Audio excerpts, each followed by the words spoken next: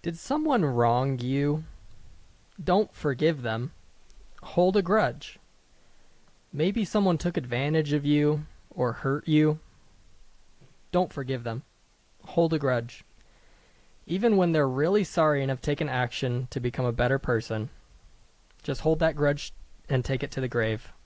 Because if you do, you can get your revenge from beyond the grave.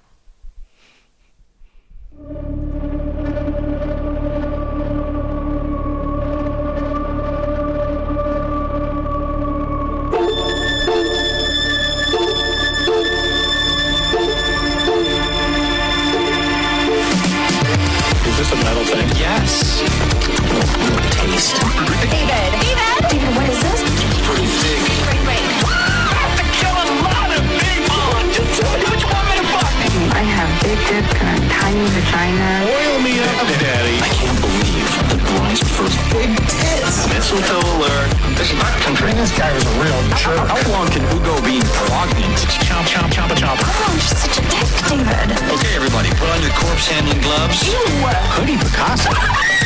Horror. Hello, and welcome to Horror Movie Talk. I'm Max Allen, and with me is the endearing Papa Bear who looks great with a beard, Bryce Hanson, and Sydney Lee, the foremost expert in remembering what happens in a movie. That's right, folks. In 2024, we went ahead and made our throuple official. We're returning to our roots and reviewing horror movies only. New theatrical releases always get priority, but we also review older horror movies, both good and horrible. Horrible. Get it? Make sure you rate, review, and subscribe on iTunes. The full video is available on YouTube. Don't be a 2D shape with 4 equal sides. Make sure to share. Also check out patreon.com/horrormovietalk, the equivalent of the adult section at your video rental store. If you want to add your urine to the community pool, go to horrormovietalk.com or call 682-253-4468 and leave us a voicemail, and you might hear your voice on a future episode. Guys, we've got a great show for you today. We will be reviewing The Grudge, 2004.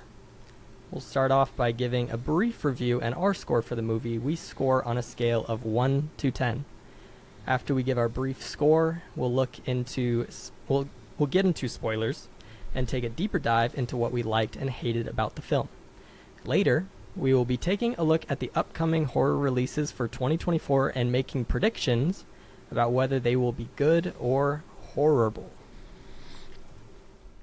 Horrible. That's what I said. Okay. Just making sure. Got to keep standards up, you know? That's why I'm here. No, yeah. You're just policing how I do my episode. That's fine. But yeah, if you didn't see that picture of Bryce with a beard on Facebook, definitely go over to our Facebook group and check that out. Oh, there it is. There he is. I love that it's the same thing every time I post the beard. It's all the guys saying, like, I love it. You should do it. It looks hot. I can't wait. No girls are piping in saying, like, wear the beard. It's like, including my wife, which is notable. Definitely not a fan like of the it? beard. And then it only took one comment for me to be like, okay, well, I'm never doing that again, which was, serious Ted Cruz vibe. Sorry, bro. No. Oh my god. And I You gotta don't look say, like Ted Cruz. yeah, kind of the chin strap. That is a very Cruisian beard line, I gotta say.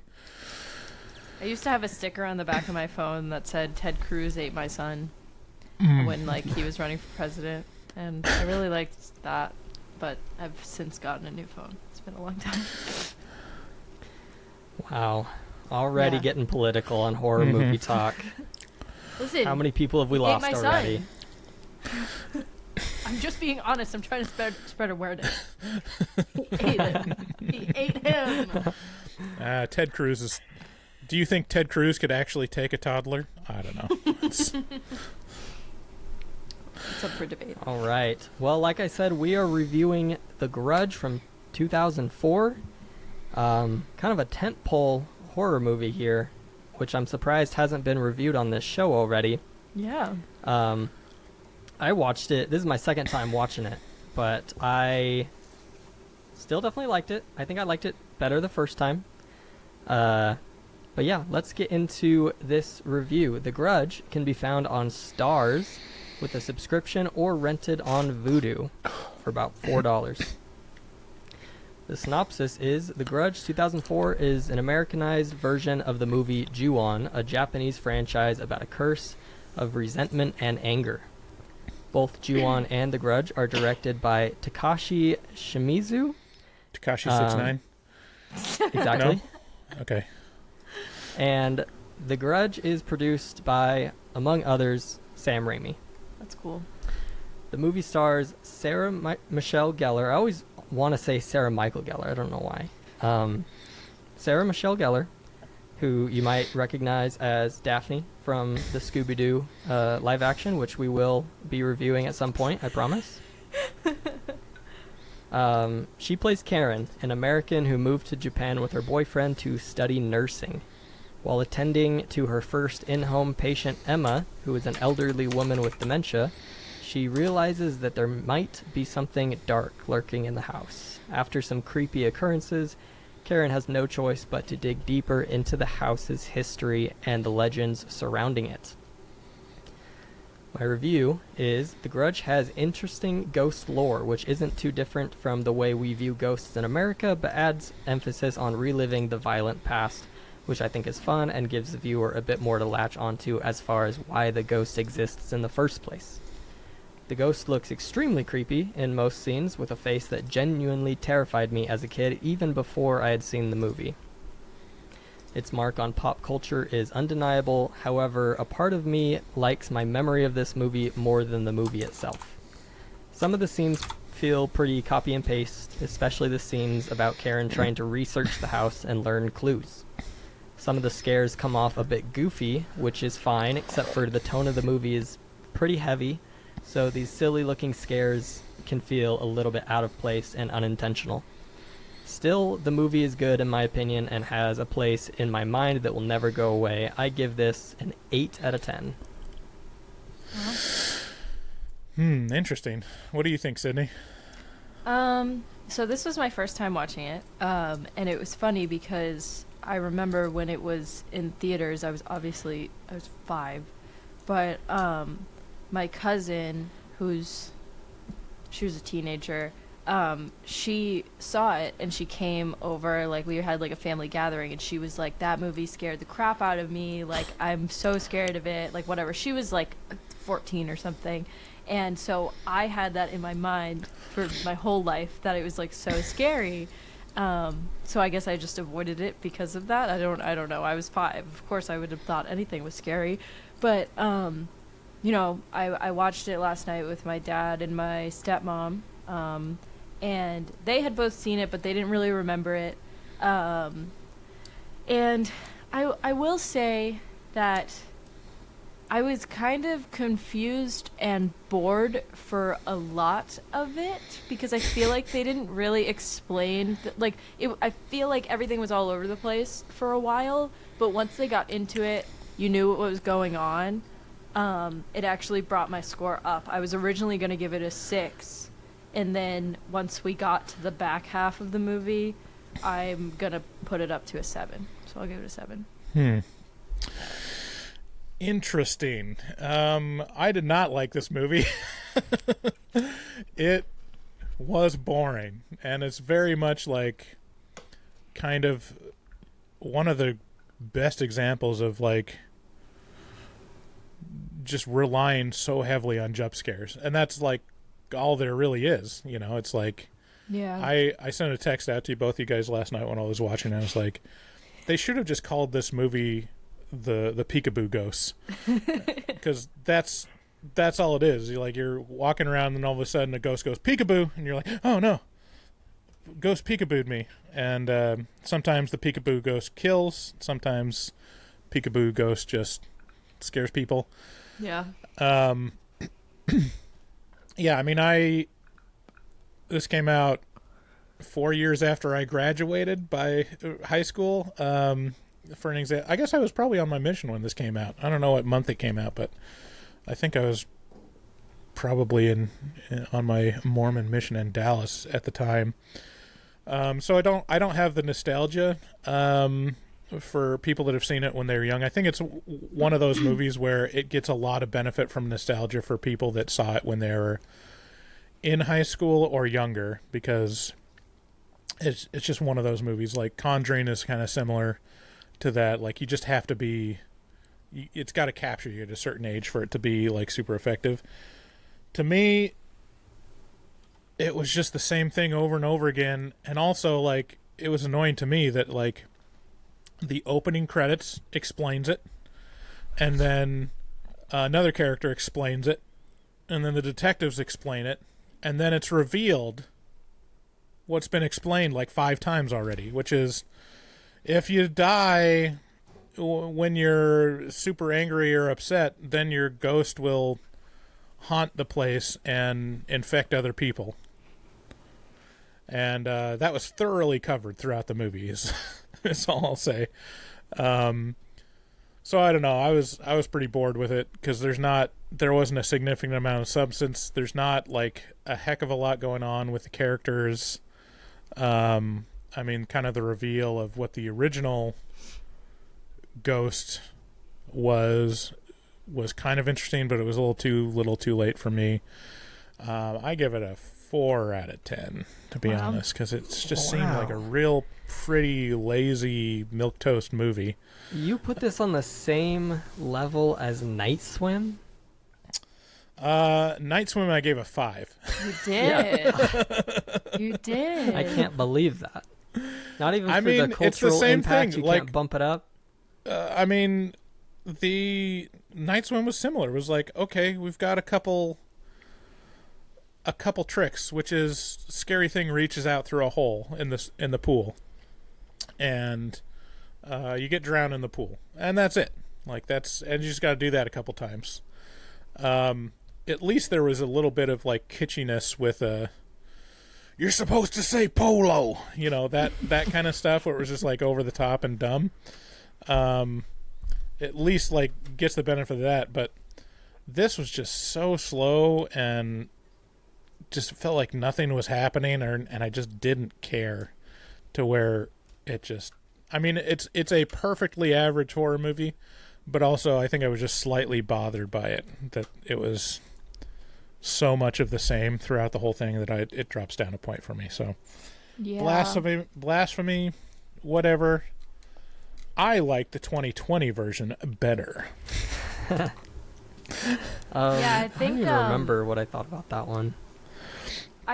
I'm interested to see the original Japanese one, because I'm assuming that's probably better, because this is Ju-on, apply directly to the Jew. Ju-on, apply directly to the Jew. Ju-on, apply directly to the Jew. Ju-on can be found on Amazon.com. Ju-on, apply directly to the Jew. Not sure it's smart to play that old ad. It might be taken in the wrong context. Oh my god. Yeah, I haven't seen Ju-on either. Yeah, I'd be interested, because I felt the same way, like, that you did, Bryce, with, like, for a while in the movie, me and my stepmom and my dad kept looking at each other and being like, I'm not scared. This is not scaring me. And then once we said that enough, there was, like, a couple parts that were effective for me, and that is what ultimately bumped up my score, because I did like the way that they did the back half of it. But yeah, I was just like, I don't know what the fuck is really going on, and I don't know why these people are being dumb. And then I was like, oh well, I guess we get a little bit of a payoff, so that's why I say 7. I don't think it was the worst movie I've ever seen. Definitely not. It felt like an also ran with The Ring too, because The Ring came out a couple years before. 2002. And Yeah. similar, spooky long-haired girl. The Ring is scary, though. I will say I was scared. But I was also 12 when I saw it, so. Yeah. Yeah, I don't know. I think The Ring is better, and I wasn't even a huge fan of The Ring either way, so. Well, maybe I should give a little context as to why I think I actually do like this movie. Yes, sir. Yeah, And defend yourself, Max. I think it has to do with some like things that happened when I was a kid. So the first one was the day I watched my very first scary movie, which I think was The Sixth Sense. I was maybe 8, and it was very scary for me. And afterwards, I watched it with my cousins who were a little older than me. And afterwards, they knew I was freaked out, so they started telling me scary stories. And one of them told me about this movie, and they didn't even say it was a movie. They were telling it like it was a real story. And they were telling me about an old woman who was looking in her attic and then was like petrified with fear when she saw the face of a woman staring back at her. And that memory haunts me. Like, that was really scary for me as a kid. And then also, when I was getting a little older, I was like 12, I was at a friend's house, and we were telling scary stories. And one of them started telling this, like, urban legend about a girl whose friends were trying to play a prank on her, and one of them dressed up as the Grudge, or as the woman from The Grudge, and, like, crawled at her like upside down, and it scared her so much that she had to go to a mental institution. And Oh my so, god. obviously not a real story, but I thought it was real when they told it to me, and that was very scary. So just these like memories that I have of like the lore and like the tales people would tell me, I think really added to my fear of the movie. That makes sense, the nostalgia part of it. It's like you were freaked out from the start. So. Bryce is not impressed though. Yeah, I mean it's just nostalgia, you know. I have no truck for nostalgia, Unless it's Transformers. unless it's Transformers, and then I'm a fangirl. All right. If you were listening to these commercials, you should know that you do not have to. Head on over to patreon.com/horrormovietalk to get access to bonus content, early content, and episodes without ads. We also have a shop at horrormovietalk.com where you can pick out lots of merch. We got hoodies, we got shirts, we got stickers, we got cool stuff over there. So definitely get some stuff for you, for your friends, for your family, for your grandma. She's going to love it. Check out our resident artist, Dustin Goebel, a professional artist who fricks hard. He also takes commissions for artwork from HMT fans. Contact him at dgoebel00, that's DGOEBEL00 on Instagram, and make your artistic dreams come true. Tell him HMT sent you. To leave a voicemail, call 682-253-4468. Thanks again for listening, and let's get into the spoilers.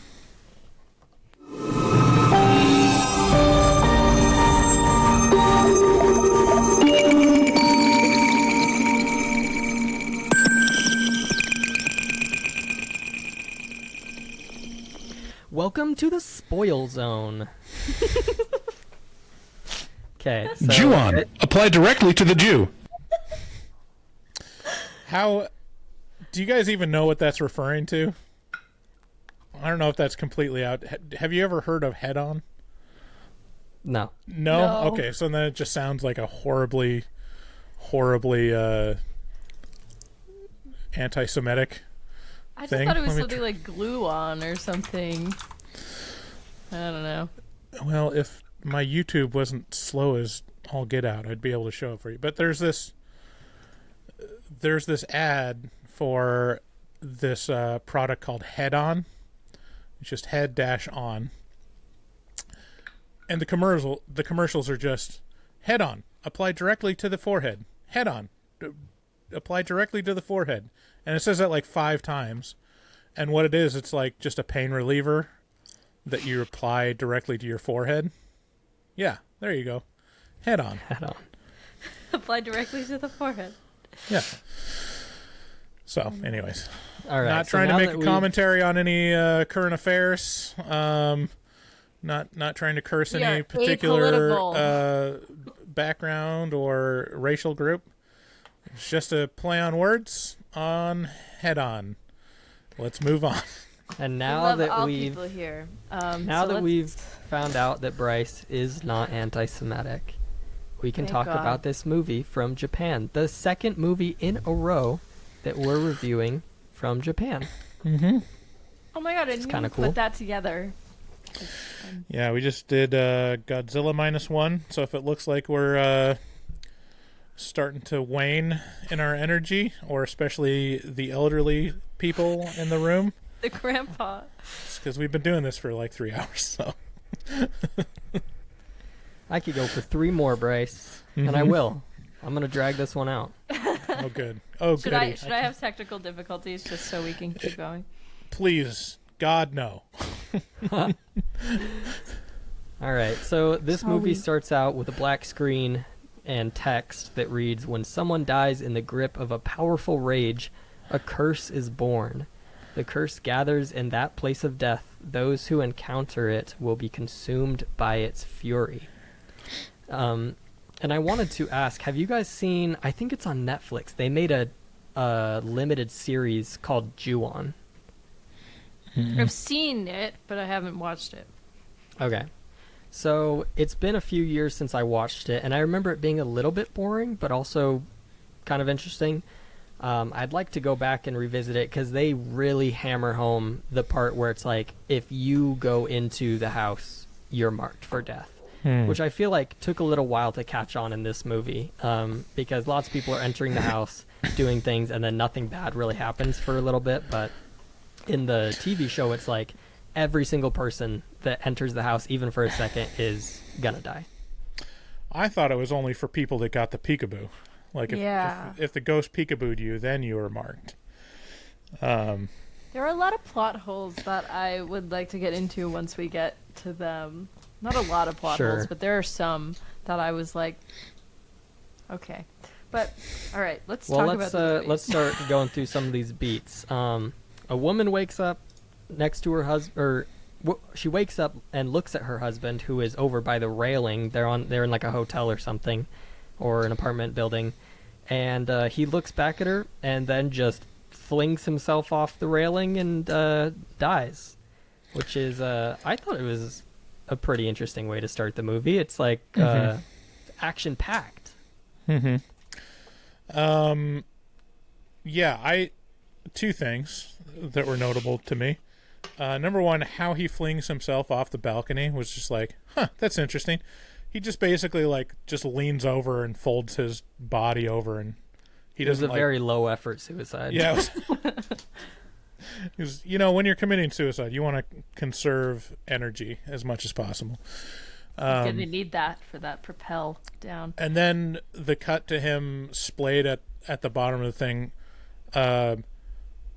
made me laugh for some reason, because it was just like I don't know, for some reason it was like the Wile E. Coyote aspect of just like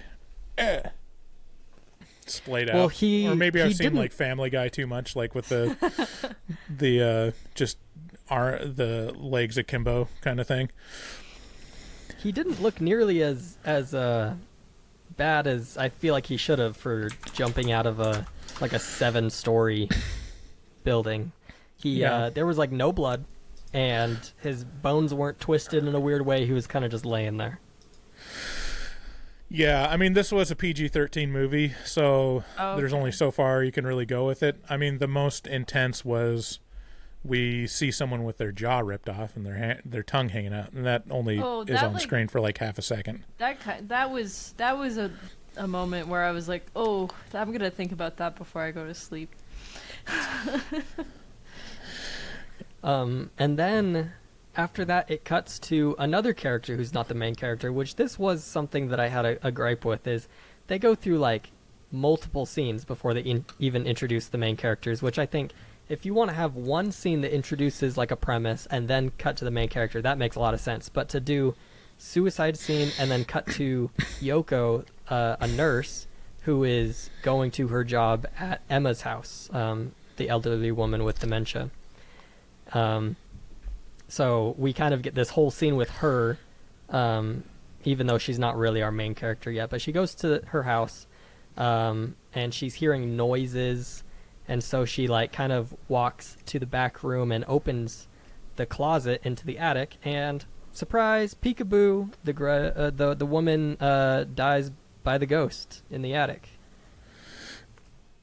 Yeah, it was scary. It was spooky scary. Yeah, I mean, that's the thing is like when the main character is introduced, she's so unnotable it doesn't even matter. It's like, whatever. Yeah, I think there was too many people in this movie. Yeah, and like the way it treated the flash forwards and flashbacks and all that stuff was like not jarring. It was just like, okay, I guess we're doing this now. You know, Yeah.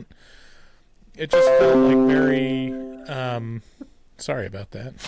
Window, Scary. shut up. It just all felt kind of arbitrary, and by the time it explains what happens in the background, it's like, okay, whatever. Are we done yet? I don't know. I'm not going to be very much fun on this episode because it's just one of those like just mediocre movies that, like, what is there to talk about? No, it's You nice just to have have to opposing rain on views. my parade. It's I nice know, I'm to sorry, have Matt. opposing views. It's fun. We can. So what is like the standout? What are the standout scenes, or like what's the stuff that really worked for you guys? Anytime the face appears, I just find that face really scary. Like the eyes are open way too wide, and the mouth is open, and it's just, I don't know, it's freaky.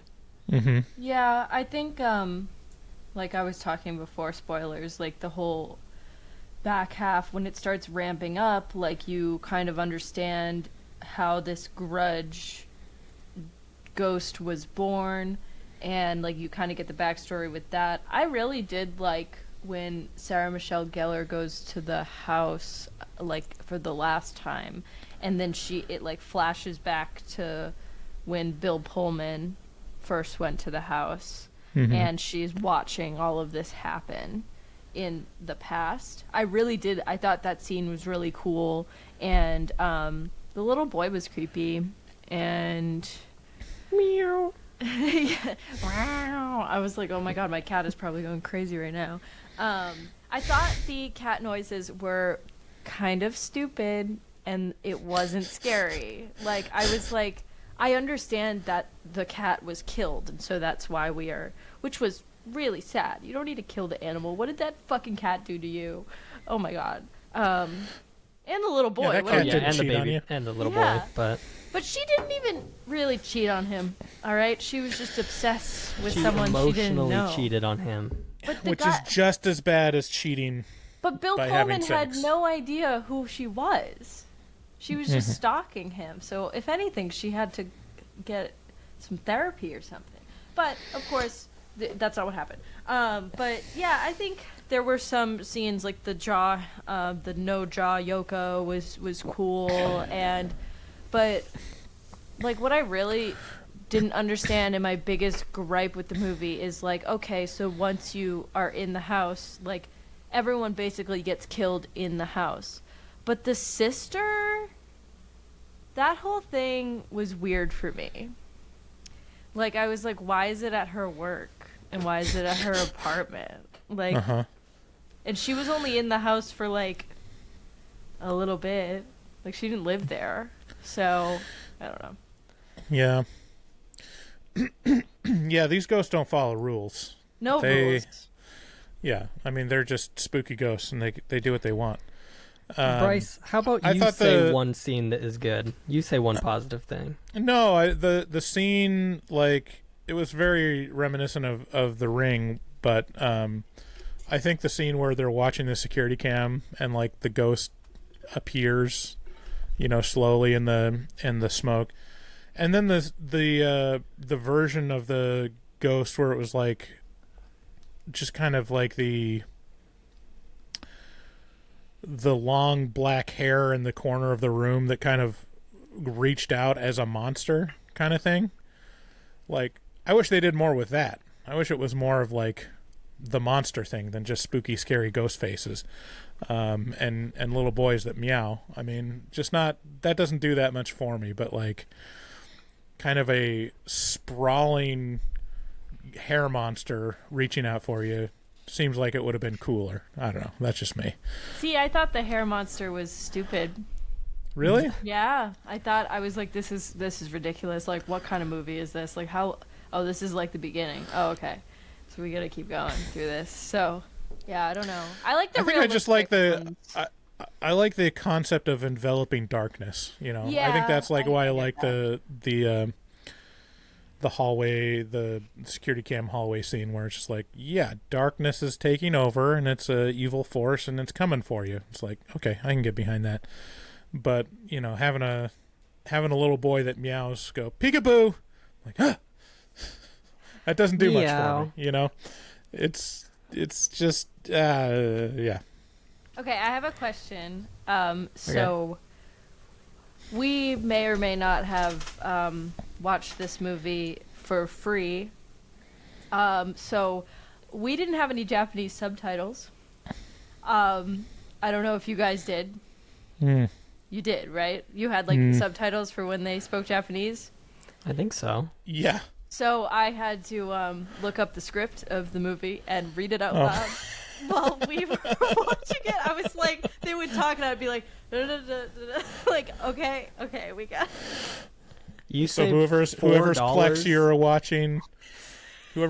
were watching didn't download the subtitles, is what you're saying? I'm not going to say what we did. But Is that worth saving $4? Yeah, you should have just listen, rented it. I would have it wasn't my reimbursed you. idea. It wasn't my idea. Number one, you don't need to reimburse me for $4. That's fine. But it wasn't my idea. Me and my stepmom were like, oh, it's $5 or whatever. And my dad was like, hold on. So, but we didn't do anything illegal. So I don't know what you guys are talking about. And it's fine. Sounds pretty illegal to me. I'm not gonna lie about that. I don't know what you mean. You wouldn't steal a car, Sydney. You wouldn't download a car. I didn't do anything wrong, actually. So. Yeah. All right. Well, we haven't even really gotten to the scene that introduces our main character, so let's breeze past some of this. So Let's get through it. Karen and her boyfriend have cute moments in the morning. It's cute. They came to Japan to study and work together at the at the hospital. My goodness. Karen is a nursing student. I don't know what her boyfriend does, but It doesn't matter. yeah, I guess it doesn't matter. He's in like 2 scenes. But she's given her first assignment, which is to go to Emma's house to take care of her because Yoko hasn't been showing up for work. So she gets there and the house is just a disaster. The old woman is on the floor. Obviously no one's been taking care of her. And there's a closet door taped shut. And it's making some noises. Mm-hmm. Yeah, this is the other thing that never gets explained, and I don't know why. It's just why it bothers me, but like, so Yoko was there the day before, and then she disappears, and so they assign Karen to go over, and when she gets back, the place is completely ransacked. You know, who ransacked the place? The little boy. The little boy who was just like ripping up photos and like, fuck your shit, and like pushing the old lady over. Like that's what he was doing. That's okay. like, I think it's set up like that because when Jennifer, who we'll meet later, she's eating her instant ramen, and he knocks it over. Well, but he's taped up in the closet though. So how could he have done it? Did he tape up himself? Maybe he did it all and then Emma corralled him into the closet and taped it up. Mm-hmm. Yeah, her sounds taping plausible. up the closet makes no sense, by the way, because Right. she can like barely function, and she went up there and just went ham. Like that was really taped. Like she really did that shit. So I was like, Yeah, this because is Coco crazy. was eaten, what was it? Coco? No. Yoko. Yoko. Coco. Yoko was eaten. The boy was in the closet. I mean, the only other person that could have done it was the mother ghost. Maybe the mother ghost was just tired of the little kid shit. He was like, you know what? Well, he's half cat. How do you take care of a half cat, half boy? Is he half cat? Is that what I was supposed to figure out? Well, him and the cat are both drowned in the tub in the end, which to me is symbolizing them like becoming one or like being the same. So that's why the little boy meows. Okay. We do see the cat though sometimes. Yeah. Yeah. Yellow well, But do we ever see the cat and the boy together? Exactly. The answer is yes. We also see that. We do. Jesus. Don't we? I think, Isn't he petting the I cat? think he's holding it at one point. Yeah, you got a bullet point right here. She sees a black cat and a kid upstairs. Ugh. This Well, logic. maybe it's like me and my wife. You know, you see us and it's like, oh, there they are. But then I can be apart from her, you know, and she can be apart from me. So it's like, you know, the cat and the boy are married. Right. Exactly. They're one in purpose, but not in body. That's right, Bryce. I like Right. That is exactly 100% doctrinal. Yeah, they're like a godhead of spooky ghosts. Now, I had a question for you two. Did either of you find it odd that the movie is set in Japan, written and directed by Japanese writers and directors, but all the main characters are white and just happen to have immigrated to Japan? Right.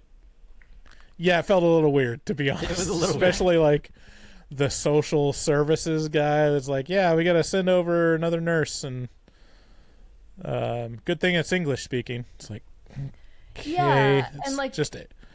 Yeah, the social services guy is also white, which doesn't make sense because everyone else in that building was Japanese. And Well, the boss has to be white, right? of course. And also, my dad brought up this point, but I wanted to bring it up here too. If the Jennifer and Matt are housing the mom, and they moved to Japan for Matt's job, why did his sister also move? That's like a Why question. was she there? Yeah, I mean that's the thing that's really very absent from this is the rationale for why all these white Americans are in Japan. Like, they don't even do the lip service of like, we just moved into a new country. It's like, no, we're studying to be nurses. Obviously, we'd go to Japan, you know. Yeah. We don't have hospitals in America where you can study. Yeah, I mean, they just kind of leave that explanation of like why all these white Americans are at the center of the story. I just think it could have waste been the the same. opportunity of having like commentary on like being a fish out of water kind of thing. They just don't even bother with that. They're like, no, this is very obviously we're just remaking Ju-on, but putting some white faces in here. And Yeah, it just seems like hope the no one whole story notices. would have been the same if they were all Japanese. Right. But It would have know. been better. It made more sense. But then you know, you then I can't guess it wouldn't have a done as well in the Japanese box ghost. office. Yeah, you can't have a Japanese ghost haunt in America. That's the thing. You know, I mean, whatever. I don't believe that, but maybe some people on this podcast do. All right. I just want all the Japanese ghosts to go home where they belong. Is all I'm Oh. saying. okay. Between the World So- War II and this. God damn. Okay, So let's talk about the yeah, Grudge. in the closet, she finds the little boy and the cat and a journal with like love letters in it, and she decides to call her boss because no one's showing up. There's supposed to be Emma's daughter-in-law coming home soon, but she never shows up. So she calls her boss, and then while she's looking around the house, she found a family photo with a woman's face cut out, which is pretty creepy, and the kid is watching her from the banister. It's all just very, not things you want to happen. Why wouldn't And you call the then- police if there was a little boy in the house? That's a good question because that's a horrifying thing to find. A taped up closet with a little boy inside. Yeah. Yeah. Yeah. Yeah, that's weird that she didn't call the police, or like the boss was like, interesting. Okay, well anyways, it seems like that would, and then also the fact that the boy just isn't there anymore and no one is putting out like a all points bulletin to find this boy. They're like, well, I guess he'll be okay on his own. He seemed okay in that closet, so. He's scrappy. He can take care of himself. Mm-hmm.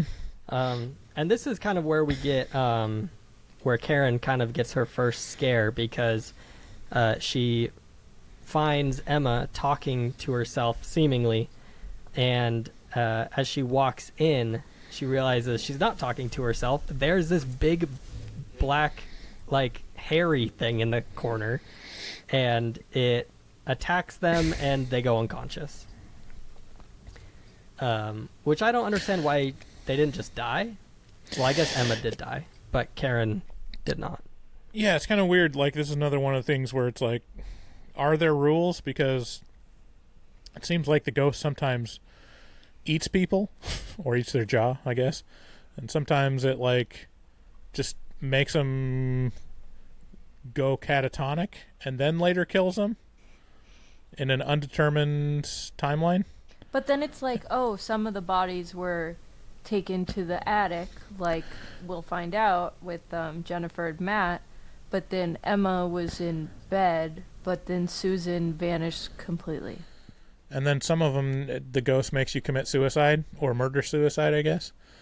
You know, I guess the moral to the story is that, when a curse is born, the curse gathers in the place of death, and those who encounter it will be consumed by its fury. So, I mean, Well, that's the that's also important doctrinal. takeaway.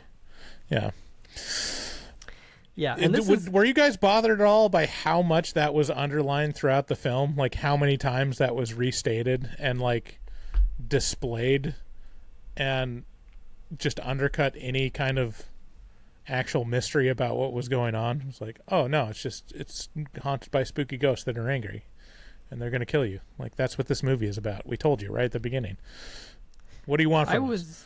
I was just, letting the movie wash over me and taking it all in one step at a time. So, I wasn't as negative about it. Probably because I, don't let negative thoughts stay in my head.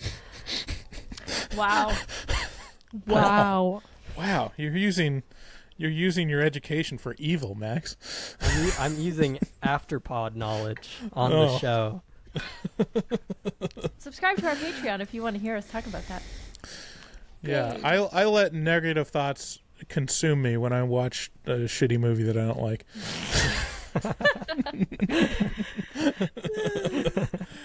No, I mean, this is like one of those where it's like, it's been hyped up and people say like, oh, this is like a tentpole movie. And to me, I'm like, but why though? It's not that good.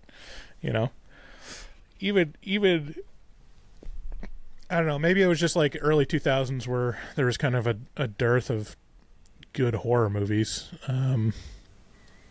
The whole time I was watching this, I was thinking of, I don't know which scary movie it is, but they parody this movie. I think it's either Scary Movie 4 or 5, and Charlie Sheen's in it, and it's really funny. So every single scene that I saw, I was thinking of Scary Movie, and I was like, oh, they did that in Scary Movie.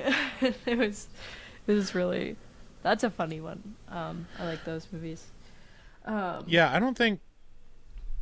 Yeah, I'd never seen The Grudge, but when that scene when she finds the little boy in the balcony, I knew that I had seen the Scary Movie with Anna Faris talking to the little Japanese boy. So it was like, yeah, and he's just saying Japanese words. He's like Toyota, and then she's saying like, she's like saying stuff back to him, and it's just like brands, Japanese brands back and forth. It's so good.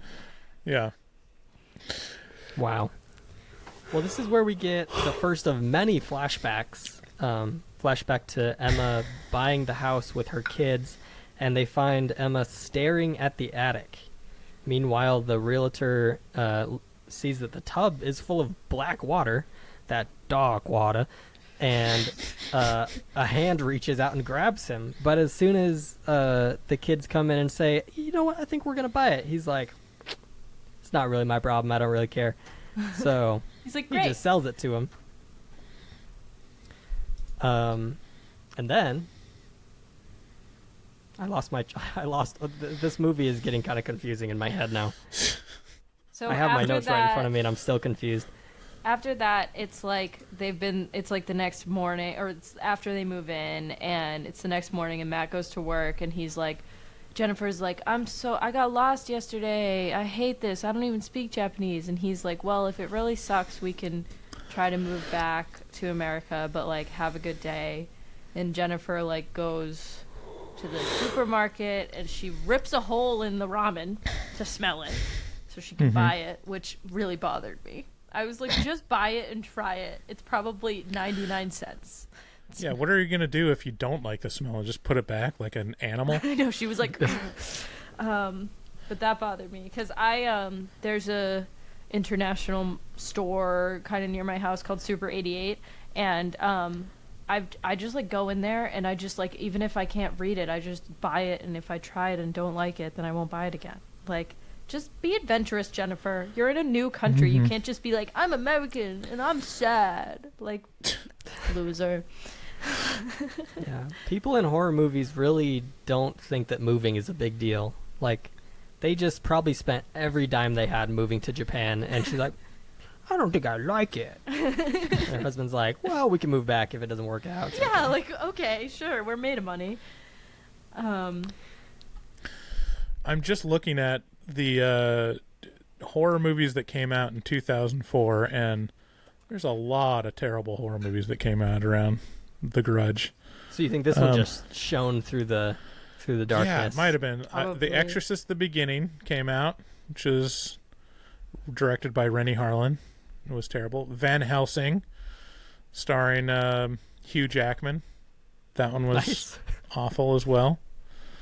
What else came out? Dawn of the Alien Dead. vs. Predator came out that same year. Dawn of the Dead was Yeah. good. Yeah, Dawn of the Dead Saw came out that year, or closely before it. And so, yeah, I think this was like right about the area. Oh, The Village came out that year too. Dawn of the This is Dead. right So there's about- some bangers.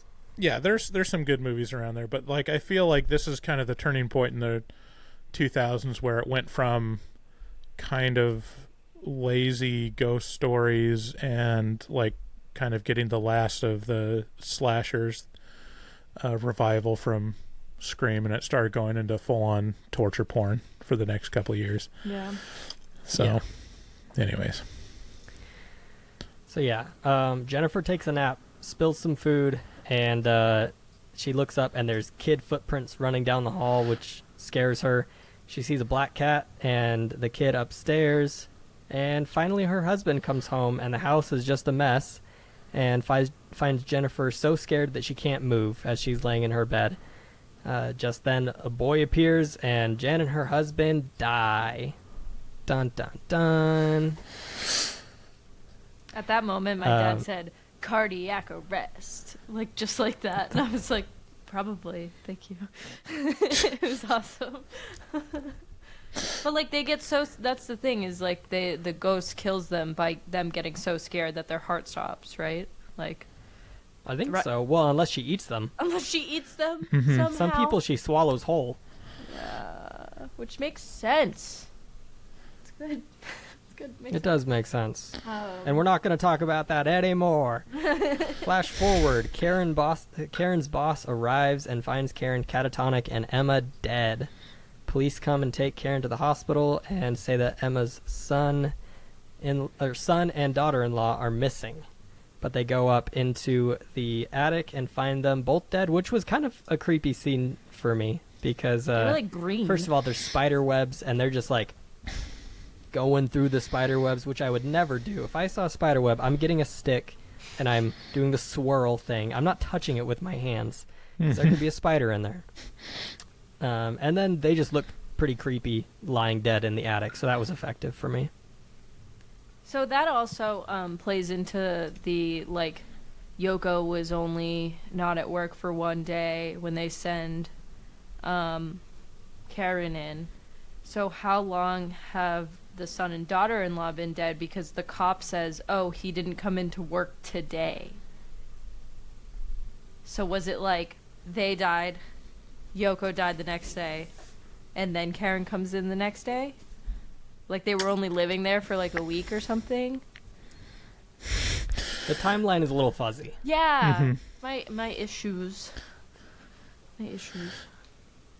Maybe I had more issues than I thought with this movie. I don't know. Whoops. Can't take back my sword. So I'm looking then through the trivia on the movie, and while filming the infamous shower scene, Sarah Michelle Gellar discovered she was allergic to Japanese water, and it caused her skin to itch. So to properly film the scene safely, Gellar was dressed in black hefty garbage bags from the waist down and a little tube top. That's just apropos of nothing. That sounds horrible. That'd be bad to be allergic to water. Yeah, what the fuck? Yeah, what is Japan putting in their water that's making people itchy? Yeah. That's weird. Nuclear fallout. Ugh. Godzilla. Well, Japan didn't put that there. Some other So country this did is it. an interesting thing. When you mentioned Sarah Michelle Gellar, you said, as you would know from Scooby-Doo. Yeah. What's your association? Is that literally your association with Sarah Michelle Gellar? Yeah, those movies were my favorite as a kid. Yeah, me too. And Sydney? she's married to Fred. Like they've been married since then. So I think that's really cute. Wow, that's bizarre.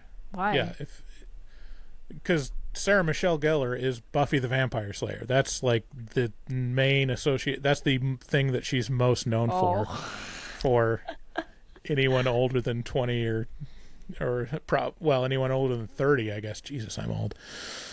Well, she also does some voice acting in one of the Call of Duty Zombies. Really? So I remember her from that. Yeah, she is on the boat one. I don't know. I never had that DLC, so... But, yeah, she did do voice acting in that one. I didn't know that. That's cool. Yeah, it's crazy that you guys would have not... I mean, it makes sense. You Yeah, guys I didn't weren't watch even born Buffy. yet. I've like seen Buffy clips the from Vampire it. Slayer went from 97 to 2003. I was watching was doing it. Disney Channel. Yeah. Yeah. God, I'm old. Yeah, we were watching SpongeBob while you were doing your taxes. That was good. Yikes. All right, All where right. are we in this movie? Yeah, I'm trying to get through these. I realize I took way too much notes for this movie. All right. Karen's boyfriend visits her in the hospital, and then it cuts to Matt's sister leaving work, being stalked by the creepy ghost, and gets a creepy call. And then she finds a guard and was like, you need to check on this because there's someone following me.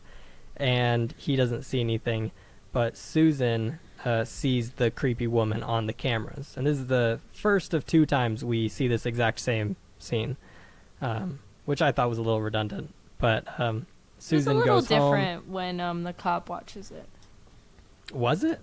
Yeah, remember it was that. like she like climbs out of the screen, kind of like The Ring, when the cop watches it. No, she doesn't climb out. She just like gives him a spooky look. She does the peekaboo game. And Oh then right, yeah. Did just she go up to the consumes the- camera and just give it a little like... I see you. I don't remember that.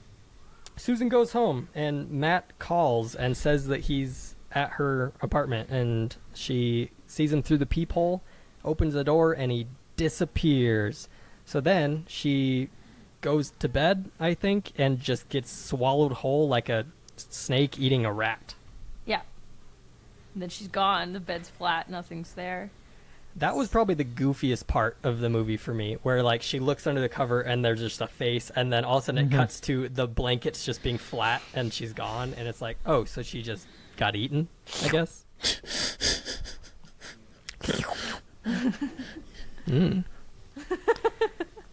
Yummy.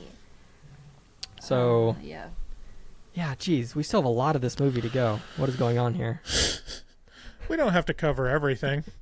You know? All right. You don't have to go beat by beat necessarily. We can skip forward to the interesting parts. Yeah, I mean, Let's skip to the interesting parts. So, if there are any.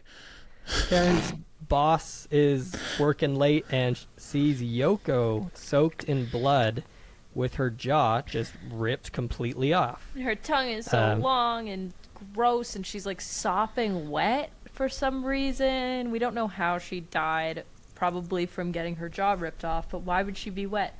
I don't know. It's creepy. But that was gross. I was like, oh my god, okay, we're getting into some real scares now. So I liked when we got here, I was like, let's go. I was like, let's get the shit ramped up. And Karen's doing some investigation, and she finds the wife of the guy who committed suicide in the beginning of the movie. And she just lets her in, and she's telling her about her husband, whose name is Peter. He's a professor, and she hands her a bunch of pictures, and she notices that in every picture there's the same Japanese woman in the background of every photo. And so she comes to find that this woman has been stalking Peter and was once a student of his, I think is what they said. So we go into a flashback, and it shows Peter receiving a bunch of love notes, and he's just kind of frustrated with it because he's getting all these love letters from a woman he doesn't know.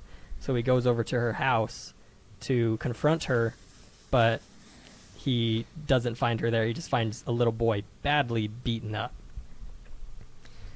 And this is where it gets a little confusing for me, because it just keeps jumping back and forth between flashback and present day. So we're getting kind of close to the end of the movie, but this is kind of where we're learning all of the lore behind why there's this curse in the house.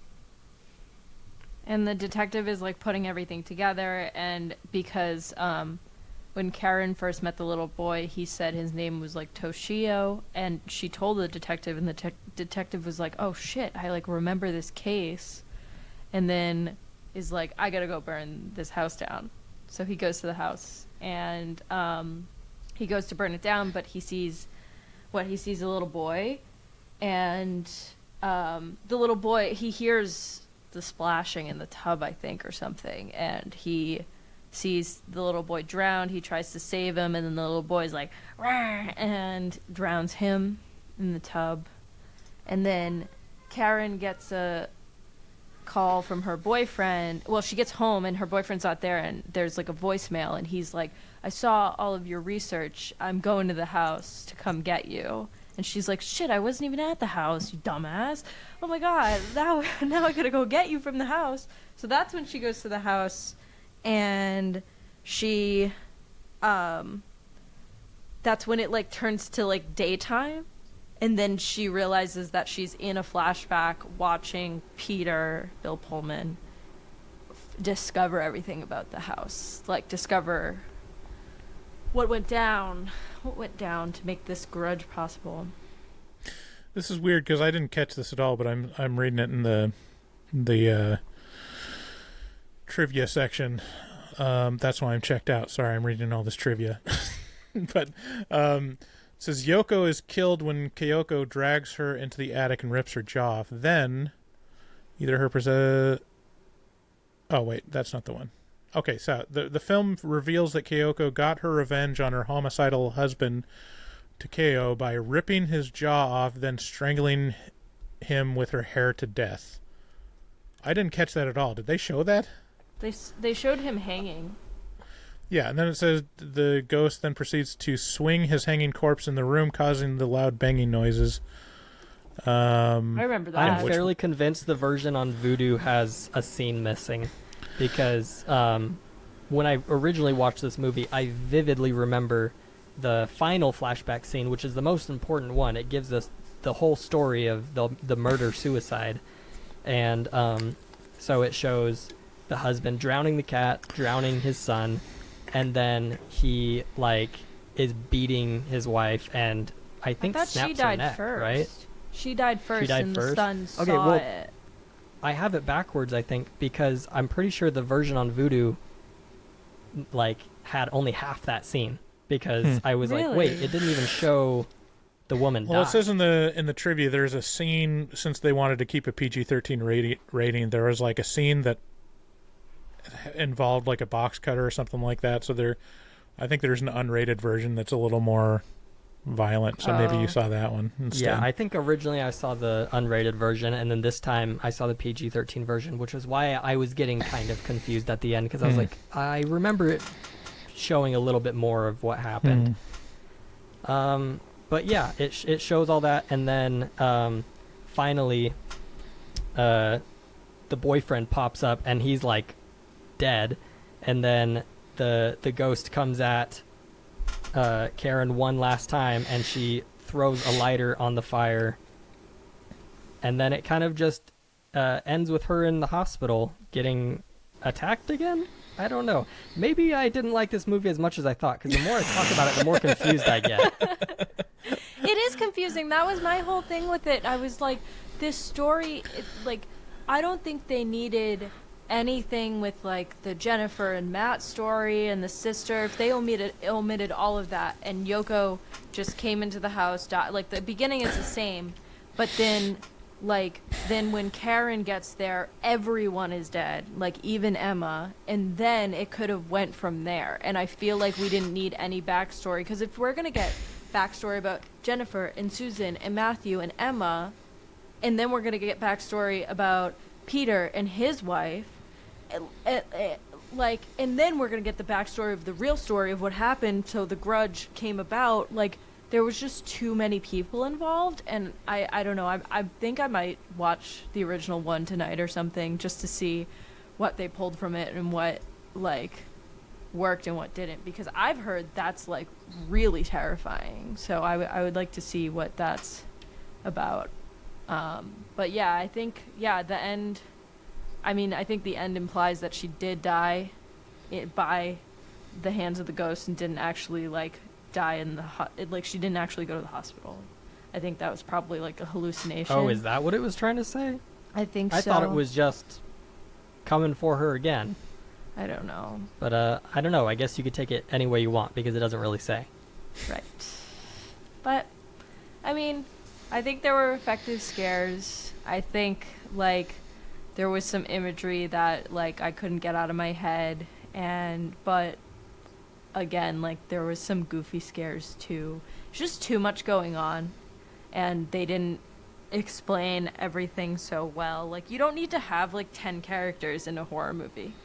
That was too many. Especially a horror movie like this, where it's kind of slashery. Well, the thing is, they don't make us. There's no reason to care for any of them.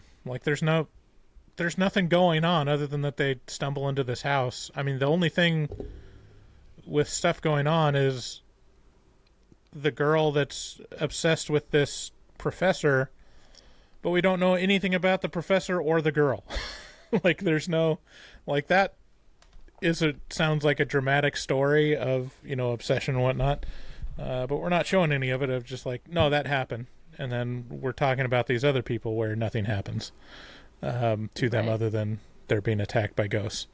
So it's I don't know. I didn't care about any of the characters or what happened to them. Okay, well, I guess everyone's gonna die, and then just kept checking my watch through the rest of it. Yeah, definitely.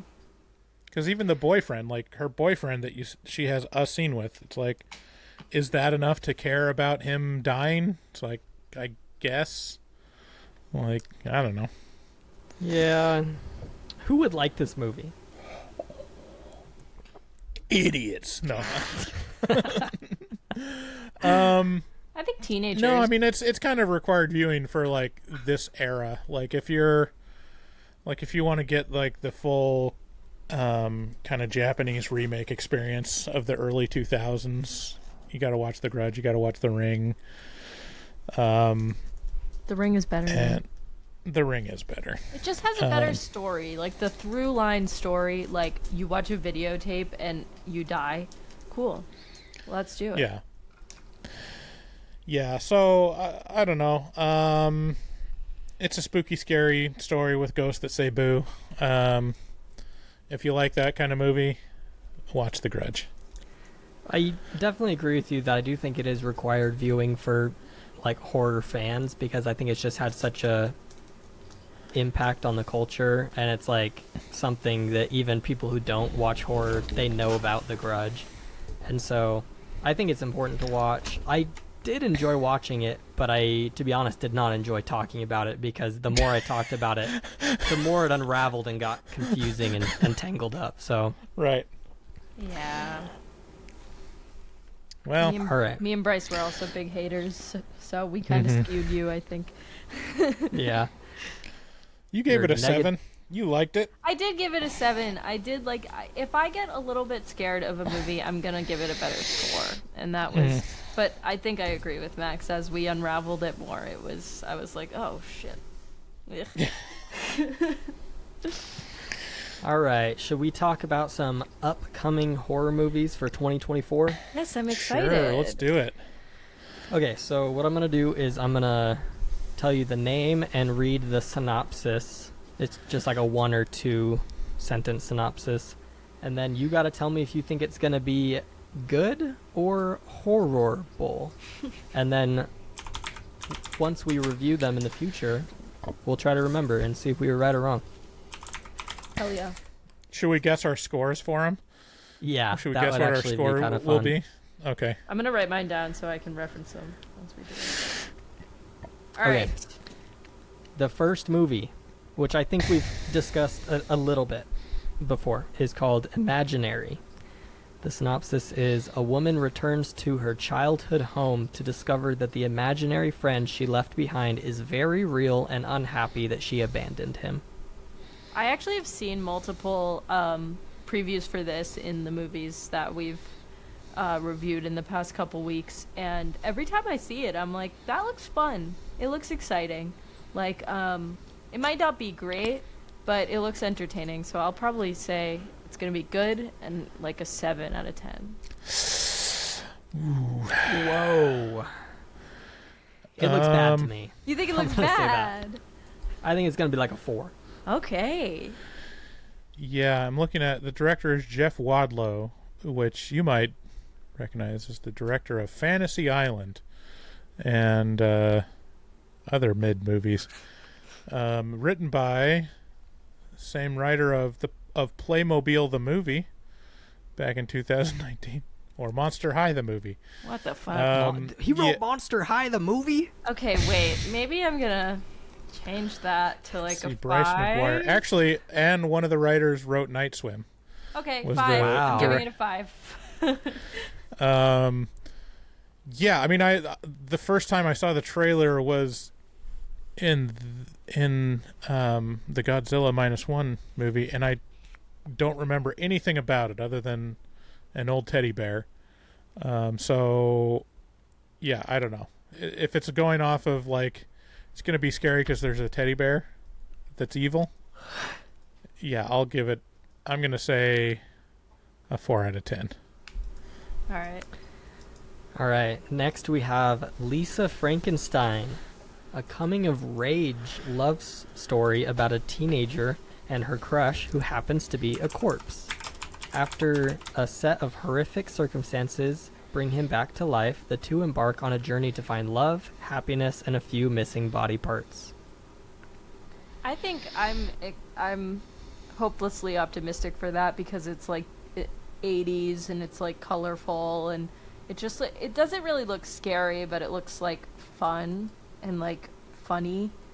So I would probably give that like a 6 or a 7. Like I would say it's probably going to be good. I think the one interesting thing about this is written by Diablo Cody. Like Diablo Cody, she wrote Juno and Jennifer's Body, and she's got like a really unique style. Oh, so coming of age, yeah. Yeah. I think it'll probably be cute and interesting and stylish. I'd probably maybe give it a 7 in the I was future. kind of thinking a 7 I'm too. optimistic.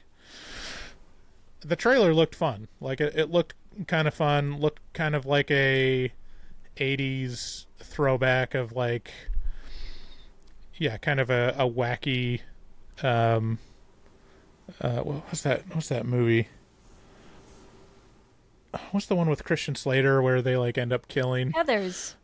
Heathers? Yeah, it looks kind of like a Heathers kind of plot or Heathers kind of feel to it. All right, so we're optimistic about that one. That's good. The next is called The Watchers.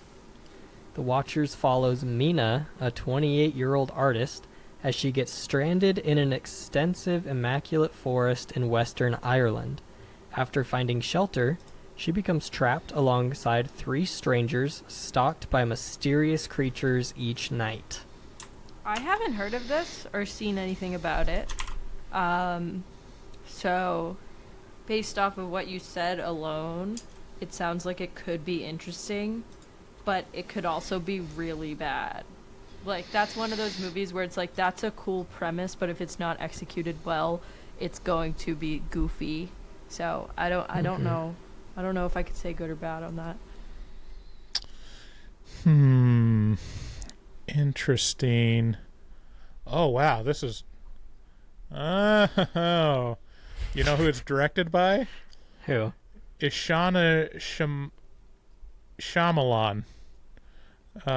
Which I'm assuming is related to M. Night because Ishana was the second unit or assistant director for Old. And she wrote this one. AM Shine. Doesn't seem like she's done a lot of stuff. The fact that it stars Dakota It's her Fanning. dad, M. Night Shyamalan. It's her dad. Yeah. Yeah. Okay.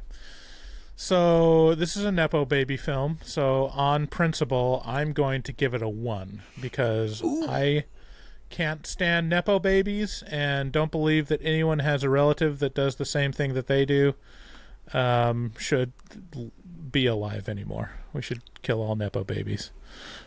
Wow. I'm going to give it a 3. It sounds bad. Okay. Okay, this is the last one that I have a synopsis for, but then I'll just read off some more that are coming that I think are a little more self-explanatory. So this next one is I Saw the TV Glow. This movie follows 2 teenagers who bond over their shared love of a scary television show, but the show gets mysteriously canceled. I feel like I have been very blindlessly hopeful for all of these. I don't know why. I'm always excited when new horror movies are coming out, and they have been past couple of years. There's been a resurgence of people really pumping into horror movies, and I like that a lot. But I'm gonna say when there's TV stuff, like scary TV stuff, it always gets me some reason. So I feel like it sounds good. I'll probably give it like a 6 or 7. Yeah, I don't know anything about this. I'm looking at IMDb. Jane Schoenbrunn is the director. So she directed We're All Going to the World's Fair, which I've heard talk is horrible. Was that supposed to be good? Was it bad? I saw it. I heard it was terrible. I saw it, and everyone was fucking like, oh, this is so good. It's like this indie fucking... Oh my god, I was so bored. It was so boring. I like my art horror as much as the next person. I really do. I was a fan of Skinamarink. Everyone wants to kill me over that. But, like, I was going into it so excited, and I was like, can something happen? And it just wasn't. It wasn't good for me. But interesting. I Saw the TV Glow has Bridget Lundy Payne in it, and I do like her as an actress. Connor O'Malley's in it. That's funny. I'm going to just guess and say I'll give it a 6. Yeah, I really don't know what to think of this one. I think I want it to be good, so I'm going like a 6, but who knows? All right. We also have Nosferatu, which is going to be a 10 out of 10. I'm calling it now. Fucking pumped. We have The Strangers Chapter 1, which I think might be fun. Winnie the Pooh Blood and Honey 2. I didn't see the first. Let's not review that one. Well, they're coming out with a Mickey horror movie. Yeah, sometime this year. Public I heard, domain. So. Yeah. We also have The First Omen, which I haven't seen any of the Omen movies, but I'll have to before we watch that one. The original Omen is incredible. You Yeah, really gotta it's do good. that. It's really good. I'll have to see it then. We have Terrifier 3. I think that that's going to be good. More nasties. I'm excited. I kind of liked Terrifier 2. I really liked the style and aesthetic of it more than anything. I didn't like the ending. I thought it was dumb. But the rest of it, I saw it in theaters. It was great. I already forgot the ending of Terrifier 2. It was all right. It was stupid and magical. They made it like magical. It was Yeah, like, the magical sword in part the was stone kind of weird. thing. Yeah, I don't know. I appreciate the clown design though. Like that as a character is pretty great. It's so cool. Yeah. and it's independent and it made a shit ton of money for what it did. So Yeah. it deserves more success. We also have A Quiet Place Day 1. I'm sure it'll be just as pretty good as the rest of them. I hate those movies. I don't like them. Really? Yes, I didn't see the second one, but I did not like the first. Maybe if I saw it in theaters, I would have liked it better. But oh my god, like everyone is just so quiet. That's the whole movie.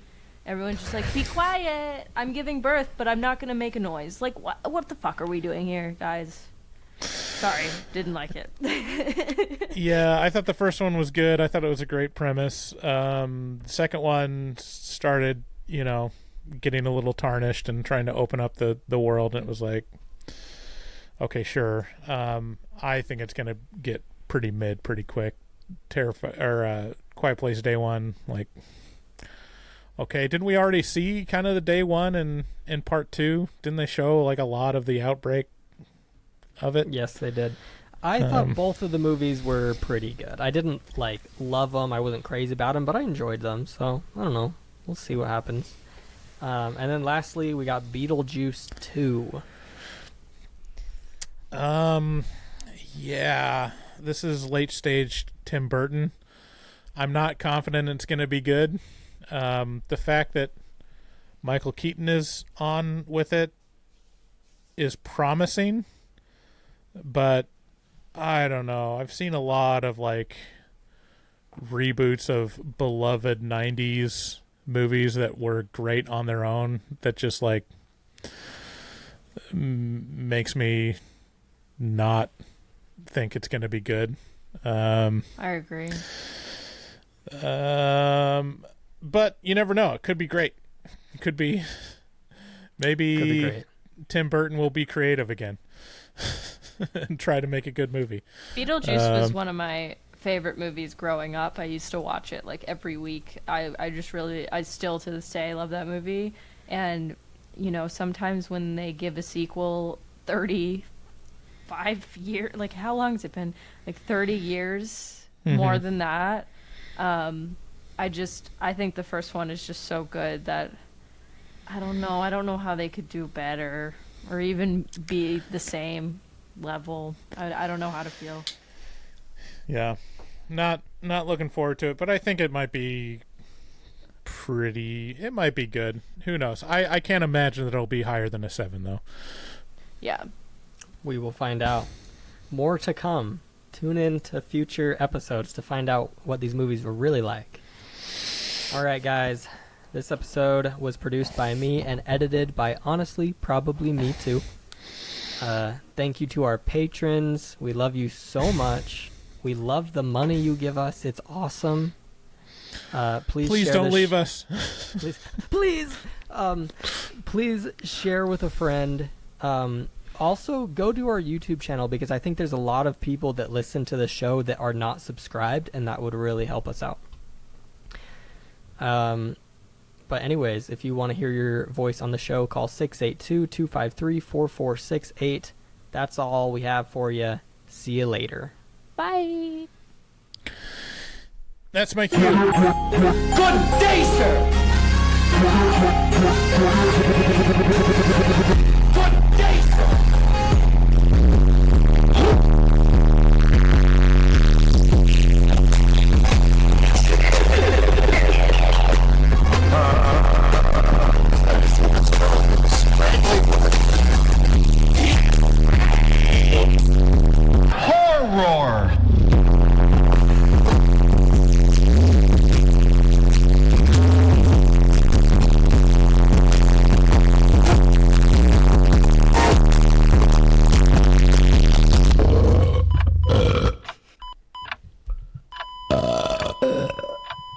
didn't sound good.